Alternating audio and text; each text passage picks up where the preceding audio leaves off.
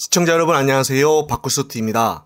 리얼미터가 미디어 트리뷰 의뢰로 지난달 24일부터 28일까지 닷새간 전국 18세 이상 유권자 2,507명을 대상으로 조사를 실시한 결과 윤두창의 국정수행에 대한 긍정평가는 전주보다 1.9% 상승을 한 34.5%가 집계가 되었습니다. 4월 첫째 주부터 하락세를 보였던 긍정평가가 4주 만에 상승을 기록했는데요. 리얼미터에 따르면 방미의 효과가 있었다고 해도 무방하다며 좋은 평가를 받았던 미국 상하원의 합동연설은 윤두창에 대한 새로운 평가 근거로 등장을 했고 지지율 상승에도 긍정적으로 작용할 것으로 전망이 된다고 분석을 했습니다.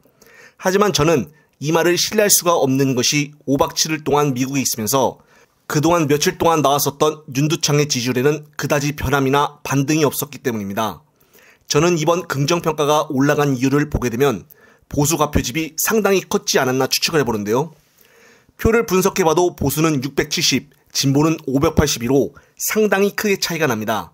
이 정도면은 보수 측의 여론조사 결과가 더 많이 반영됐다는 것은 누구도 부인할 수가 없는 현상이죠. 정당 지지율을 보게 되면은 이번 주 민주당은 44.7%, 국힘은 35.2%를 기록했습니다. 특히나 이번 여론조사에서 특이할 점이 있었는데요. 바로 윤두창의 국정수행평가에서 보수층의 중심인 믿었던 60대층이 잘못한다가 처음으로 더 많이 나왔다는 것입니다. 이제는 60대층마저 돌아서는 것일까요? 보수 가표집인 상태에서도 불구하고 60대층마저 못한다고 할 정도면 정말 얼마나 실망을 많이 했다는 것일까요? 그리고 중도층에서도 윤두창의 국정수행평가 중 부정평가가 68%로 거의 70%에 육박을 하였습니다.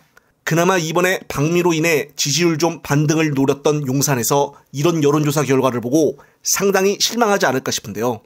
또한 가장 비싼 여론조사로 손꼽히고 있는 여론조사 꽃의 결과를 살펴보게 되면 ARS 자동응답 면접에서는 민주당이 50.9%, 국힘이 39.4%가 나왔고 전화면접에서는 민주당이 41.8%, 국힘이 30.8%를 기록했습니다. 두 조사의 결과를 보게 되면 모든 성별에서 50대 이하의 응답층과 수도권과 호남권에서는 민주당이 앞섰고 60대 이상 연령층과 TK 지역에서는 국힘이 앞섰습니다. 특히나 이번 여론조사 꽃에서는 이것 말고도 다양한 조사를 했습니다. 그 중에서 이번 국회를 통과한 대장동 50억 클럽과 김건희 도이치모터스 주가 조작 의혹에 대한 쌍특검이 국회 본회의를 통과한 것에 대해서 어떻게 생각을 하십니까? 라는 질문에 ARS 조사에서는 긍정적으로 평가한다가 63.3%, 부정적으로 평가한다가 29.8%, 전화면접에서는 긍정이 59.1%, 부정이 31.5%가 나왔습니다. 그리고 이번 한미 정상회담의 성과를 종합적으로 어떻게 평가하십니까? 라는 조사에서는 ARS는 57.5가 부정을, 35.2는 긍정이 나왔습니다. 또 전화면접에서는 59.7%가 부정을, 27.6%가 긍정을 나타냈습니다. 윤두창의 업무수행평가의 지지율이랑 한미 정상회담의 결과와 비슷하게 나왔는데요. 결국은 이번 한미 정상회담이 국민들이 느끼기에는 별 이득 본 것이 없다라고 생각을 하는 것 같습니다. 오늘 아침 보수 방송사들의 뉴스 내용들을 보더라도 윤두창의 한미 정상회담에 대한 내용은 보도하지를 않고 다른 부분들을 방송하는 것으로 봐서 보수 측 언론사도 윤두창을 이번에는 쉴드 쳐주기가 힘들지 않을까 하는 생각인데요. 이번에 배공기의 시사 1번지에서 갑자기 배공기 앵커님이 하차한다는 충격적인 소식이 있었습니다.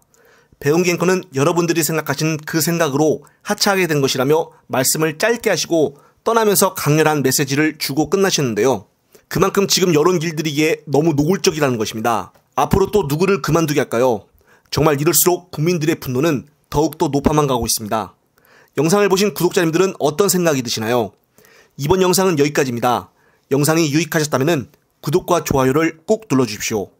다음 영상 제작 시 큰 힘이 됩니다. 시청자 여러분, 시청해주셔서 감사합니다.